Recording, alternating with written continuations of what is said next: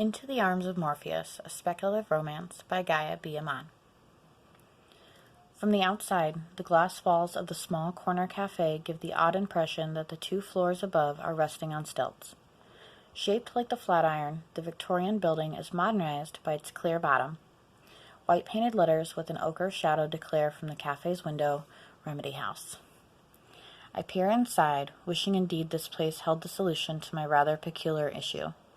My cracked knuckles itch, sandwiched in the rough armpits of my wool trench coat. If only I hadn't lost my gloves yet again. Should I go in or not? What am I looking for? The Dreamwalker? A Dreamwalker? Excuse me, a miffed middle-aged woman elbows me out of the way to get inside. Warmth spills onto the sidewalk, but I retreat into the frigid winter night. Thunder startles me. I haven't seen thunder snow since the October of 2006. The rumble is not much of a warning, since wet flakes the size of eggs instantly pelt to the ground. Fuck it. I tumble in, and the smell of snow is chased back by the pungent aroma of roasted grounds. The electricity flickers, and lightning carves my shadow out of blue light against the white-tiled floor. To my right, the glass wall is lined by a slim counter and tall stools.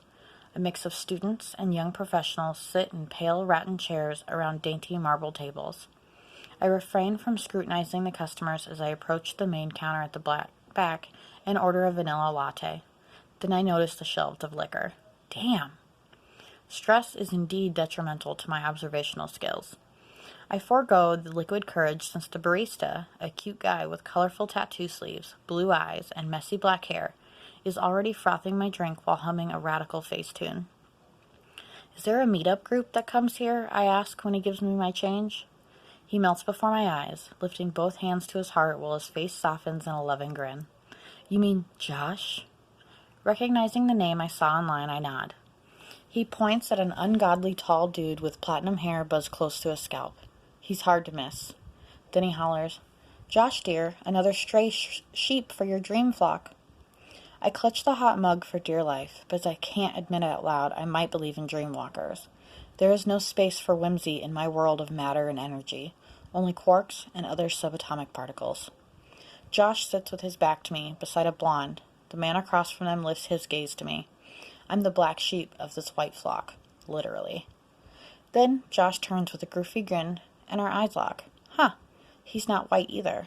Mexican, maybe? In his early 30s, tall and muscular, but not bulky, he has a striking angular face with high cheekbones. I look away so as not to stare. He's definitely dreamy, but he's not the man for my dream. However, the DW sign on the edge of his table confirms he's the reason I'm here. Lucky me, I could eat him for breakfast. Focus, Tasha, focus. I walk to their table, which is situated in a corner beneath a wall composition of lush ferns. Josh beams. Tasha, right? His low voice is part purr and part alpine spring. Yum. He radiates positivity, making it hard to dislike him. However, I try, because rule number 1 is, don't mix business with pleasure. I need all of my neurons and possibly his, too. The table sits 4 people. On one side, under the plants hanging from the wall, there is a bench, and across the table are 2 chairs, one of them free. I sit in front of Josh, who's sharing the bench with the woman, doting on him. Following hasty introductions, Josh resumes conversation with the man beside me. Not only am I blonde, Mike, but I also don't live in a teepee. My skin is not red. Oh, not Mexican. Startled, I glance between the 2, just now sensing the tension. Yeah, Mike insists. How much of an Indian are you really? Yikes. Native, Josh corrects him, massaging his face as to fight an incipient headache. Seneca, in fact, but I'd rather not turn this into a blood quantum debate. Blood what? The guide blurts. Josh claps his huge hands. Okay, we're out of time. Relief and disappointment are apparent in his dark gaze. Under his zip-up hoodie, his shoulders stretch a faded purple t-shirt, which reads The Clash. Whatever, Mike checks his watch and shrugs into a sports jacket. Thanks, man. As Mike leaves, Josh looks at the woman and adds, We'll talk about dream weaving next week, huh? Or just call me, she answers, hopeful, scribbling her number on a coffee-stained napkin on her way out. Anytime. I throw up in my mouth and get to my feet as well, my steaming latte untouched. Josh's inscrutable, deep-set eyes move from the door to me and soften. Stay, Tasha. Drink your coffee. We didn't even get to talk. I sit back down, glad my complexion hides the warmth spreading to my cheeks. Josh leans back in his chair, slouching yet still towering over the table. My latte, still hot, is sweet and soothing. We say nothing for a few awkward seconds, maybe minutes. I try hard to keep my cool under a scrutiny. After last night, I had to do something, but searching online for meeting people in dreams led only to this Dreamwalker meetup group. It seemed legit, but after what I just witnessed, I'm hesitant. Having the hots for the host complicates things further. Josh blinks like a cat. Do I make you nervous? Holy hell, he does! This is a first, which pisses me off to no end. So I lie to the flirt. Josh, I'm 35 and not into hooking up. Whoa, so direct and fair enough. He studies me from underneath long lashes. So, do you dreamwalk? I'm a bit disappointed we changed topics, but this is why I came. I don't know. Do you? Yes. Zero hesitation. Is dreamwalking really a thing then? Mira would call me crazy. I shrug out of my coat. Josh adds, you wouldn't be here if some of your dreams weren't different, right? He studies my reaction, and I immediately feel self-conscious of my gaze, trying to fall anywhere but his chest, his hands, his face. Maybe. Actually, I'm trying to reach someone from a dream. His face returns to the impassiveness he served the other woman, and it hurts. Someone you saw in a dream, he asks. I nod, reassured that that's a thing. Eyes on the door, behind me, expressionist. He adds, Prince Charming, huh? I scoff. This was clearly a mistake. Clearly, he echoes, gathering his keys from the table. His ring includes a library card, a Buffalo Sabres tag, and a worn bottle opener. I blurt, maybe fewer people would be bigots if you gave them a chance to understand. He stands, and it's terrifying. He's well over 6 feet, closer to a mile, muscular but wiry. His anger blurs the edges of his body as he growls, it's my fault. I must be overly sensitive, huh? I stand up too, and though I'm far less intimidating at 5'1", I'm not giving up.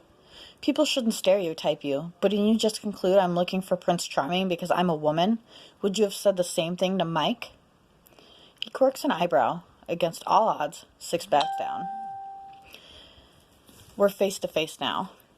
No longer bristling, he nods at the barista. Hey Zeb, can you get us more coffee? Wow, and you're bossy? I never said I wanted more coffee. I point out, crossing my arms to hide my relief and taking back my chair. You're welcome, Josh replies, a smirk of amusement irritating me further. Meanwhile, Zeb, the tattooed barista, answers, anything for you, Joshy Poo. Josh ignores him and says, so, tell me about this person you're looking for. I hesitate, because if I say it out loud, Josh adds, I won't think you're crazy. I confess. Well, he seemed like the only real thing inside the dream. Josh squints. How do you mean? I was at this raging pool party, but as soon as he showed up, my red bikini, the people, the inflatable rainbow ball in my hands, the gray sky, everything looked fake in comparison, bidimensional. It was like he was the epicenter of the dream. I don't mention the longing that gnawed at me since. Josh sucks in the air. So he is the dreamwalker. I shrug. Is he? I thought he might be. What is dreamwalking exactly anyways? Josh's features soften with fondness. Dreamwalking is the ability to control dreams without waking, but typically your own. It doesn't make sense to me that another consciousness showed up in your dream. Zeb drops off 2 mugs of steaming joe. I pointedly ignore mine, while Josh's long fingers wrap around his. And then? As soon as I noticed him, he flinched, and then no one was around. Empty pool, no party, nada. I woke up dumbfounded. If he is indeed a dreamwalker, he probably assumed you couldn't tell him apart, but maybe you're a dreamwalker too. So it is possible to meet someone in a dream or not. His dark eyes now sparkle, and he falters before answering. Dubious. Dr. Jean Campbell published a whole book about dream meets, but the science is debatable, and even according to her, people have to agree to meet. So, not with a stranger? By chance? No, maybe he's a part of your subconscious or a messenger from the spirit world. Yeah, no. Josh raises dark eyebrows, miffed. His hair might be dyed after all. Why do you care? You saw him once. Twice. It's weird to open up to a stranger, but Josh nods, encouraging, so I continue. The first dream was 2 weeks ago. Then last night, I dreamed I was part of a military mission. My unit was made up of people with skills I could not quite understand, but they moved like one. They belonged, and I didn't. They jeered at me as I hurried to catch up. He was one of them, and when he looked at me, I immediately felt at ease, like I was meant to be there. But once I woke up, well, I wasn't there anymore, and no words can communicate how urgent and paramount it is that I find him again. This is important. He needs something from me, I'm positive. Josh frowns, unimpressed. Are you sure it was the same guy? Yes, huge bewildered eyes, dark but speckled with yellow and green. He was way too far for me to see that level of detail, and yet I cannot forget it. In truth, the guy's eyes haunt me. Typical dream stuff, Josh comments absently, lost in thought. But it doesn't add up. I have occasionally sensed other consciousness while dreamwalking, but it's vague and messy, like skimming a fog. Honestly, I think you just had vivid dreams. Was he handsome? My cheeks warm, and I gulp coffee for cover, remembering I was supposed to ignore it. The chipped blue polish on my nails enters my field of vision. I should have removed it days ago. He's all right. Josh makes a condescending face. Maybe an actor, someone you saw? Josh, I'm not a teenager, and I've never seen this guy. He stuck out like a poppy in a snowbank. He smirks. Poetic. What do? Bartender? Performer of any sort? I squint because I can't tell if he's fishing for information or if this is pertinent. He adds, it is possible you attracted unwanted attention. I'm a researcher, I reveal, then take a calm sip of coffee while Josh's mouth opens and closes. The two people I work with are close friends. He swallows coffee along with his preconceptions about what jobs a black woman with pink-tipped afro might have. Fine. The first step would be to determine if you are a dreamwalker. You most definitely should learn to control the narrative of your dreams if someone is trying to manipulate them, or you. I swallow. It didn't seem that way, but what would I know? Josh grabs his keys. I gotta go now, but call me. He scribbles his number on the other side of the stained napkin the meetup woman used and hands it to me. I nod, knowing darn well I'll never call pretty boy, because rule number 2 is run away from a crush at the speed of light. Not that I've ever had a crush before. In fact, I just made the second rule up, but I intend to follow it. More so since he clearly did not believe me. Goodbye, Josh. Back to square one?